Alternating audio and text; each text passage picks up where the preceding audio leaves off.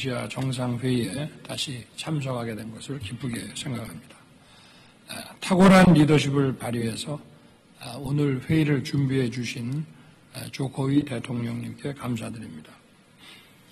정상 여러분, 한국은 아세안 중심성에 대한 확고한 지지를 바탕으로 인도 태평양 지역의 자유, 평화, 번영을 위해 아세안과 긴밀히 협력하고 있습니다. 인도 태평양에 대한 아세안의 관점과 한국의 인도 태평양 전략은 정확히 같은 곳을 지향하고 있습니다. 한국과 아세안 모두 포용, 신뢰, 호혜의 원칙 하에 규칙 기반 질서 확립을 위한 연대를 추구하고 있습니다. 우리 앞에는 지역과 전 세계 차원의 시급한 도전들이 놓여 있습니다. 러시아의 우크라이나 침공입니다.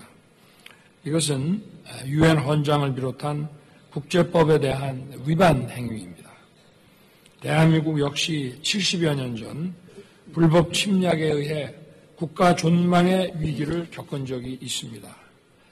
유엔과 국제사회가 함께 싸워준 덕분에 대한민국은 자유를 지켜내고 번영을 구가할 수 있었습니다.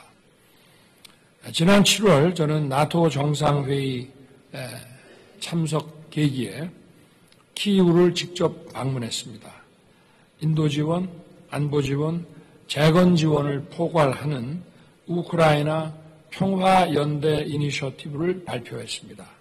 한국은 우리가 공약한 우크라이나 평화연대 이니셔티브를 충실히 이행할 것입니다. 그리고 앞으로 우크라이나의 재건 복구 노력에 책임있게 기여해 나갈 것입니다. 힘에 의한 일방적인 현상 변경 시도는 어떠한 경우에도 용납할 수 없다는 것이 국제법 원칙입니다. 아세안이 성장의 중심축 역할을 하면서 인태 지역이 계속 번영하기 위해서는 영내 핵심 해상 교통로인 남중국해에서 규칙 기반의 해양 질서가 확립되어야 합니다. 현재 협상이 진행 중인 남중국해 행동준칙이 국제법의 원칙을 존중하는 가운데 각국의 정당한 권리를 보장하도록 수립될 것을 기대합니다. 한국은 유엔 해양법 협약에 따른 항행과 비행의 자유를 수호하면서 아세안과 해양안보 협력을 확대해 나갈 것입니다. 한편 미얀마에서 지속되는 폭력 사태와 그에 따른 인도적 위기는 아세안의 단결과 발전을 저해하고 있습니다. 저는 폭력 중단과 포용적 대화를 통한 아세안의 해결 방안을 지지합니다. 자유와 민주주의에 대한 미얀마 국민들의 열망이 조속히 실현되기 바랍니다. 한국은 미얀마 국민들을 위한 인도적 지원을 적극 실시해 나갈 것입니다. 정상 여러분, 북한의 핵 미사일 개발은 중대한 유엔 안보리 결의 위반이자 세계 평화에 대한 정면 도전입니다. 오늘 회의에 참석하신 모든 국가를 겨냥하고 타격할 수 있는 실존적인 위협입니다.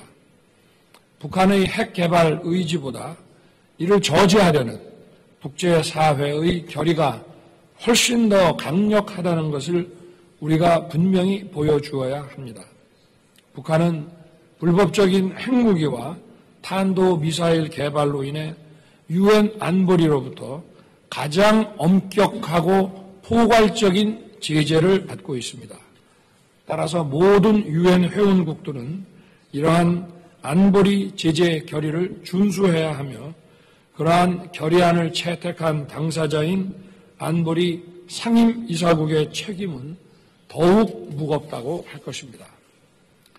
핵미사일 개발의 주요 자금원인 가상자산 탈취, 해외 노동자 송출, 해상 환적 등 북한의 불법 행위를 적극 차단해야 합니다. 우리는 북한 독재 정권의 권력 유지 수단으로 동원되고 있는 북한 주민들의 참혹한 인권 실상에 눈을 감아서는 안 될 것입니다. 북한의 WMD 문제는 곧 북한의 인권 문제입니다. 정상 여러분, 앞으로 세계의 성장과 번영은 인도 태평양 지역에 달려 있습니다. 동아시아 정상회의 참여국들이 그리고 EAS국들과 국제사회가 서로 연대하고 협력해야 하는 이유가 바로 여기에 있습니다.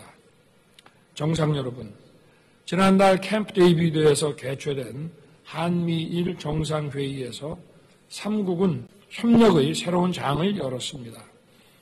한미일을 하나로 묶는 동력은 바로 인도 태평양 지역의 자유, 평화, 번영에 대한 책임감입니다. 대한민국은 보편적 가치에 따른 규칙 기반 국제 질서를 확립하는 데 책임 있게 기여하겠습니다. 포용적이고 지속 가능한 성장을 위한 역내 기여를 더욱 확대해 나가겠습니다. 이 과정에서 아세안을 비롯한 인도 태평양 국가들과 모두 함께 긴밀히 연대하고 협력할 것을 약속합니다. 감사합니다.